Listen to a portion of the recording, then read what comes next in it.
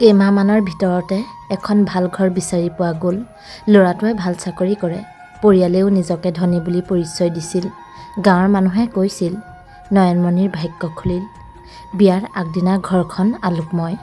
আত্মীয় স্বজনৰ ভিৰ, হাঁহি ধেমালি, গান বাজনা সকলো চলি আছে। কিন্তু এই আনন্দৰ মাজতো নয়নমণিৰ বুকুৰ ভিতৰত অজান ভয়। মাকে সজাই দিওঁতে ক'লে, নাকান্দিবি মা। নয়নমণিয়ে জোৰকৈ হাঁহি মাৰি ক'লে, নাই মা। কিন্তু সেই হাঁহিৰ আঁৰত বহু অপূৰ্ণ সপোন লুকাই আছিল। বিয়াৰ সকলো ৰীতি নীতি চলি আছিল। ঠিক কইনাক মণ্ডপলৈ অনাৰ আগমুহূৰ্তত দৰাপক্ষৰ মানুহে হঠাৎ নয়নমণিৰ দেউতাক হৰিদাসক একাষৰীয়াকৈ মাতি ঠাণ্ডা স্বৰত ক'লে, আমাৰ এটা কথা আছে। ৫ লাখ টকা আৰু এখন গাড়ী লাগিব। হৰিদাস থমকি ৰ'ল। কি? কিন্তু এই কথা কিয় আগতে কোৱা নাছিল? এতিয়া ক'লোঁ, দিব পাৰিলে বিয়া হ'ব, নহ'লে নহয়। হৰিদাসৰ হাত কঁপিবলৈ ধৰিল। তেওঁ কাতৰ কৰি ক'লে, মই কৃষক মানুহ, মোৰ পক্ষে অসম্ভৱ। দৰাপক্ষৰ মানুহে মুখ বিকৃত কৰি ক'লে, তেন্তে আমাৰ ল'ৰালৈ এই ঘৰৰ ছোৱালী নিয়াটো সম্ভৱ নহয়। কিছুক্ষণৰ ভিতৰতে খবৰটো সকলোৰে মাজত বিয়পি পৰিল। ঘৰখনত নীৰৱতা। আৰু তাৰ পাছত দৰা উঠি গুচি গ'ল। বিয়া ভাঙি গ'ল। অপমান। নয়নমণিয়ে সকলো শুনি স্তব্ধ হৈ পৰিল। কইনাৰ সাজেৰে সজোৱা ছোৱালীজনী যেন মুহূৰ্ততে পাথৰ হৈ পৰিল। বাহিৰত মানুহৰ ফুচফুচনি। দেখিলা, বিয়া ভগা ছোৱালী। এইক কোনে আঁকোৱালি ল'ব এতিয়া? এই কথাবোৰে তাইৰ বুকুত চুৰিৰ দৰে বিন্ধিছিল। সেইদিনাৰ পাছত নয়নমণিয়ে ঘৰৰ পৰা ওলোৱা বন্ধ কৰিলে। আইনাত নিজকে চাবলৈও ভয় লাগিছিল। কেতিয়াবা ভাবিছিল, জীৱনটো বোধহয় শেষ। এদিন ৰাতি মাকৰ কোলাত মূৰ থৈ কান্দি কান্দি কৈছিল, মা, মই বহুত বেয়া নেকি? মাক মালতীয়ে জোৰকৈ সাবটি ধৰি ক'লে, তই বেয়া নহয় মা, বেয়া সিহঁত, যিসকলে মানুহৰ মান সন্মান টকাৰ লগত জোখে। মানুহৰ কথা শুনি শুনি নয়নমণিৰ দেউতাক অতিষ্ঠ হৈ পৰিল। লাহে লাহে তাইক দেউতাকেও দেখিব নোৱাৰা হ'ল। অমংগলীয়া কুলক্ষণী এই নামবোৰ প্ৰয়োগ কৰি তাইক কথা শুনাবলৈ ধৰিলে। এদিন তাই ঘৰখনৰ কথা চিন্তা কৰি আৰু নিজে বদনাম সহিব নোৱাৰি ঘৰৰ পৰা মনে মনে ওলাই আহিল। ৰাতিটো আছিল অন্ধকাৰ, আকাশত ডাৱৰ। নয়নমণিয়ে কান্দি কান্দি গাঁৱৰ পথ এৰি আগবাঢ়ি গৈ থাকিল। কলৈ যাব, কি কৰিব, একো ধাৰণা নাছিল। মাথো এটা ভাৱনা, এই অপমানৰ পৰা বহু দূৰলৈ যাব লাগিব। অলপ দূৰ যোৱাৰ পাছত তাই এখন সৰু চহৰত উপস্থিত হ'ল। ক্লান্ত, ক্ষুধাৰ্ত আৰু মানসিকভাৱে সম্পূৰ্ণ ভাগি পৰা নয়নমণি বাছ ষ্টেণ্ডৰ এখন বেঞ্চত বহি পৰিল। সেই সময়তে এজন যুৱক তাইক দেখি আগবাঢ়ি আহিল। মুখত সহানুভূতিৰ ভাৱ, কথাত মিঠা আশ্বাস। সেই যুৱকজনে সুধিলে, আপুনি ঠিকে আছেনে? বহুত দুখত থকা যেন লাগিছে। নয়নমণিয়ে প্ৰথমে একো নক'লে। কিন্তু বহুদিন ধৰি বুকুত সাঁচি ৰখা কষ্ট, অপমান আৰু একাকিত্বৰ মাজত যেন সেই মিঠা কথাবোৰে তাইক অলপ সান্তনা দিলে। লাহে লাহে তাই নিজৰ কাহিনী কৈ দিলে। যুৱকজনে ক'লে, আপুনি ভয় নকৰিব, মই আপোনাক সহায় কৰিম। মোৰ লগত আহক। অসহায় নয়নমণিৰ সন্মুখত আন কোনো পথ নাছিল। তাই বিশ্বাস কৰি যুৱকজনৰ লগত গ'ল। প্ৰথম কেইদিন যুৱকজনে তাইক বহুত যত্ন ল'লে। ভালকৈ কথা পাতিলে, সান্তনা দিলে আৰু ভৱিষ্যতৰ সপোন দেখুৱালে। নয়নমণিয়ে ভাবিলে, হয়তো জীৱনে তাইক দ্বিতীয়বাৰৰ বাবে সুযোগ দিছে। কিন্তু সময় যোৱাৰ লগে লগে বাস্তৱ সলনি হ'বলৈ ধৰিলে। যুৱকজনৰ আচৰণ দিনক দিনে বেয়া হ'বলৈ ধৰিল। যি মৰম দেখিছিল, সেয়া আচলতে স্বাৰ্থ আছিল। নয়নমণিয়ে বুজি উঠাৰ আগতেই তাই গভীৰ বিপদত সোমাই পৰিছিল। কিছুদিন পাছত তাই জানিব পাৰিলে তাই গৰ্ভৱতী। এই খবৰ শুনি তাই স্তব্ধ হৈ পৰিল।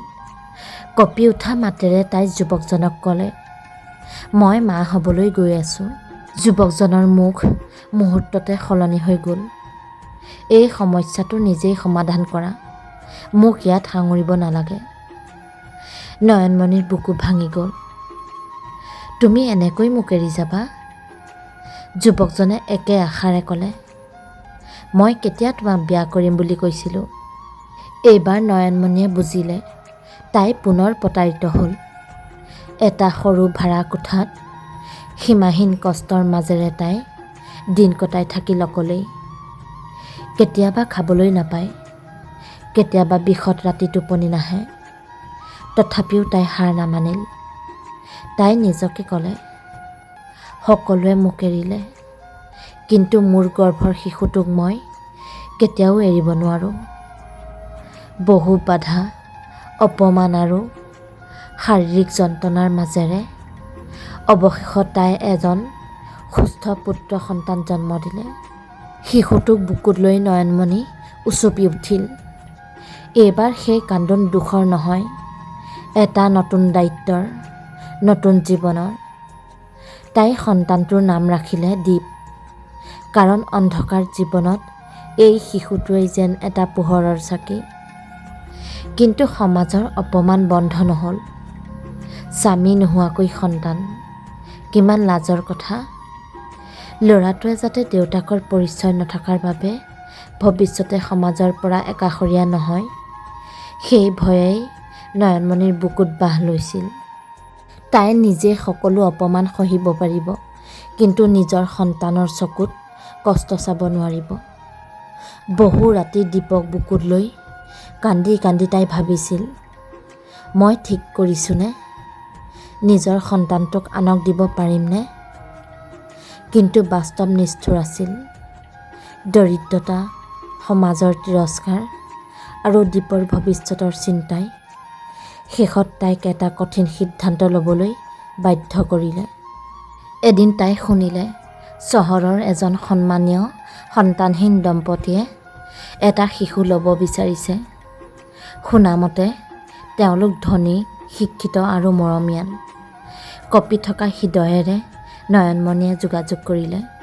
দিনটো আহিল। দীপক নতুন কাপোৰ পিন্ধাই, বুকুত জোৰকৈ সাৱটি, অসংখ্য চুমা দি তাই সেই দম্পতীক লগ কৰিবলৈ গ'ল। ঘৰখনত সোমোৱাৰ লগে লগে তাইৰ হৃদয় ধপধপ কৰিবলৈ ধৰিল।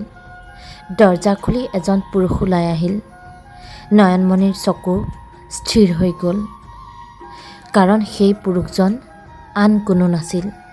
সেইজনেই আছিল যিজনে বিয়াৰ দিনা মণ্ডপত তাইক এৰি গুচি গৈছিল।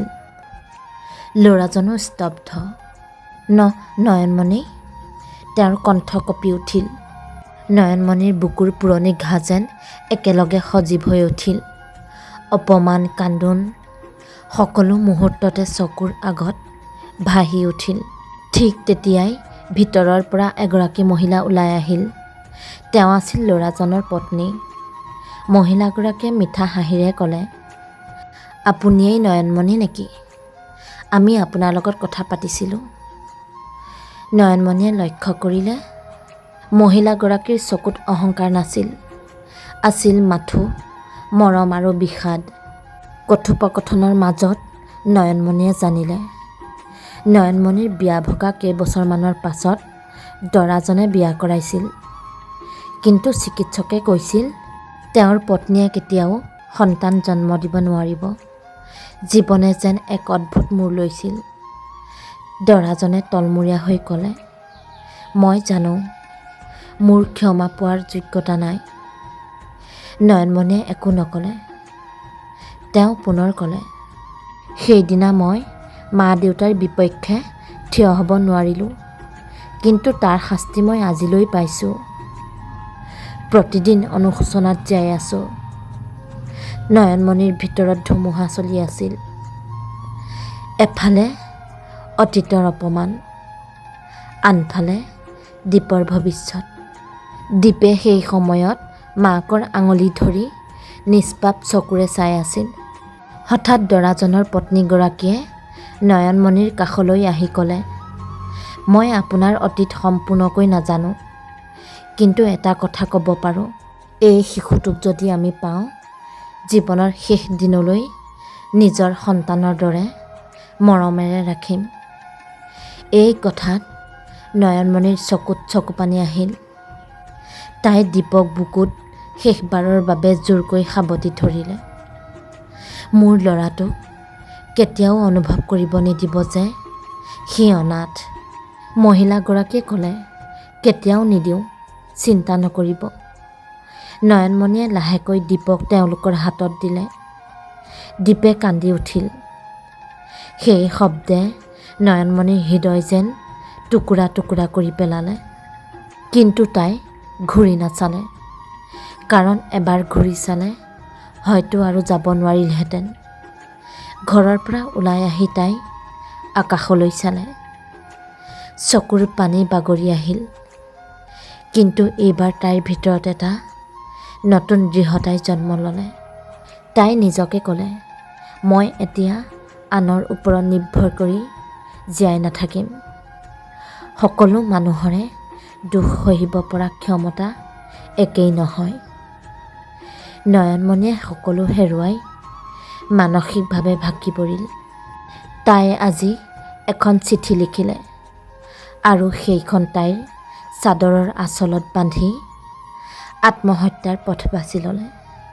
পিছত যেতিয়া পুলিচ আহি উপস্থিত হয় আৰু সেই চিঠিখন পায়, চিঠিখনত তাই ঘৰ এৰি অহাৰ পৰা মৃত্যুৰ আগমুহূৰ্তলৈকে যি যি ঘটিছিল সকলোখিনি লিখা আছিল। চিঠিত লিখি ৰখা ঠিকনাটো বিচাৰি নয়নমণিৰ দেউতাকক মাতি অনা হ'ল। জীয়েকৰ মৃত্যুৰ কথা জানি দেউতাক কান্দোনত ভাগি পৰিল যদিও তেওঁলোকেও যে বিপদত তাইৰ হাত এৰি দিছিল সেই কথাত অনুতপ্ত হ'ল। কাহিনীটোৰ পৰা বুজা গ'ল যে আনে যিয়েই নকওক কিয়, বিপদত আমি নিজৰ মানুহবোৰৰ কাষত সদায় সাহস হৈ থিয় দিব লাগে। নহ'লে জীৱনে কাক কলৈ লৈ যায় তাৰ ঠিক নাই। সমাপ্ত।